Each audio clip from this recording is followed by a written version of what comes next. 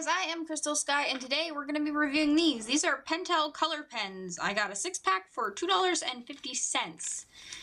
So let's do some swatches. Let me tell you about the tips, and we'll get into this really quick. So this is not going to be a long review.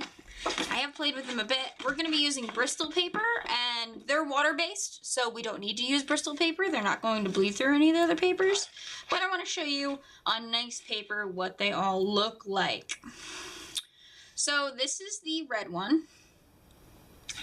Specifically, these are made in Taiwan. It says 102. I don't know what that means, but it looks red to me, so it's red. The tips are really, really hard. Like, oh, I got it on the top. Like, I'm pressing it really hard, right? And the tip's not moving at all. Not moving in the slightest. So the tips are really, really tough. I gave it to my mom to test because she used to work in an office with really high-end office supplies, and she said it felt like more like a high-end office supply than an art pen. This is the second color. It's like a brownish color, light brown almost. This tip's actually already frayed.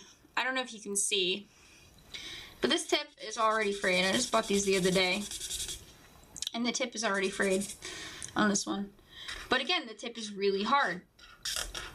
Doesn't do anything when you press down. I'm trying to spin it to see if I can just get that frayed portion off, but I can't. Oh, there we go. Some of it came off. But yeah, it's really frayed and everything. So then we'll move on to black. Right? They color alright. Right? I'm gonna do the tip stuff for you. They color alright when you use the side of the pens, but the tip leaves really scratchy layering. Oh, should have done that over there. I did not. Don't worry, we'll try to layer them in a second on this paper. But they're all different colors. This is like a primary color set, so.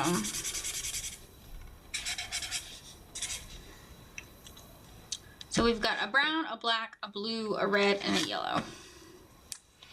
Pretty basic, right?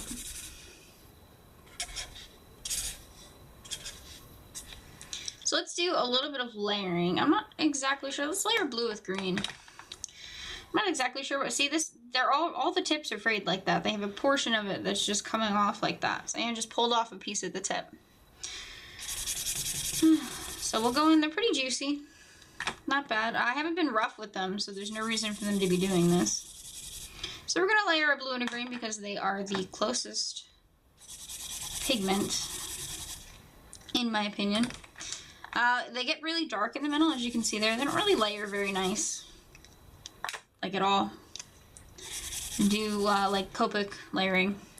You can see there, they don't really layer barely at all. Not well.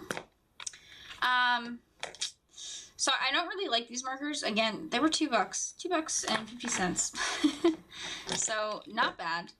I got 6 colors. They're considered fine point color markers. They are a Pentel, again, as I said. Let me put them back in the case here.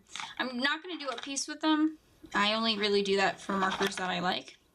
I'll be using these up maybe with writing or something. They're water-based, so they don't go through any of my sketchbooks that are not Bristol paper, not marker paper. This is marker paper here. The colors show up really well. The pigment is great. I'm going to show you guys in this toned paper that I have here. I did a couple of toned pieces. Or toned they're little sketches essentially. So I did these and I layered the yellow in between the black for a shine, and that turned out pretty nice. As you can see, the pigment on the tone paper turned out really, really nice. The coloring is scratchy, and I think that might just be the tip, the way the tip sits. And again, they didn't go through. No through at all. So that's, I mean, for $2.50, if you need a little bit of color and they're water-based, you can move them around with water. I don't know if I put in here where I moved them. It might be in the other one. Yeah, it's in the other one, but they're water-based, just like Crayola markers. They move around a little bit. And, you know, they're not awful for $2.50. Anyway, guys, that's my review. If you want to buy these, I bought these at AC Moore for 50% off. So these were $2.50, 50% off. So they're normally $5. I would not pay retail price for these. As I said, for $2.50, they're worth it. For $5, not so much. I will see you guys later. We're going to do more reviews this week. Lots of reviews, in my opinion. Bye!